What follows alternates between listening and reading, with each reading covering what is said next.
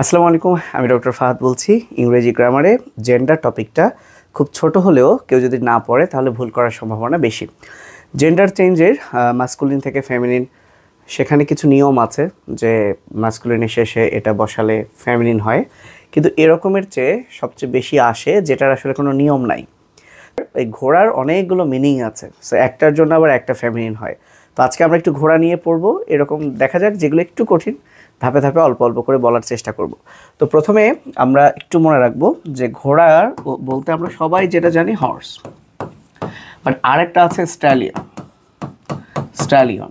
ওকে, এই দুইটার ফেমিনিন হচ্ছে মেয়ার, আর যেটা বাচ্চা ঘোড়া, এই বাচ্চা ঘোড়াটাকে বলে কোল্ট, এবং এটার ফেমিনিন হচ্ছে ফিলি।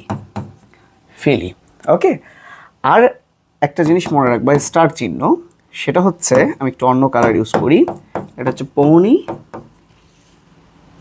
আর এটা হচ্ছে ফোল, FOAL, ফোল।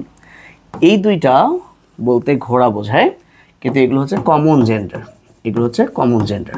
তাহলে আজকে থেকে তোমরা একটু মাথায় রাখবা, ঘোড়া বলতে আমরা কি বুঝি? হর্স, স্টালিয়ন, মেয়ার, কোল্ট ফিলি, আর পনি ফোল, এগুলো হচ্ছে কমন জেন্ডার। সো ভালো থেকো, আল্লাহ হাফেজ।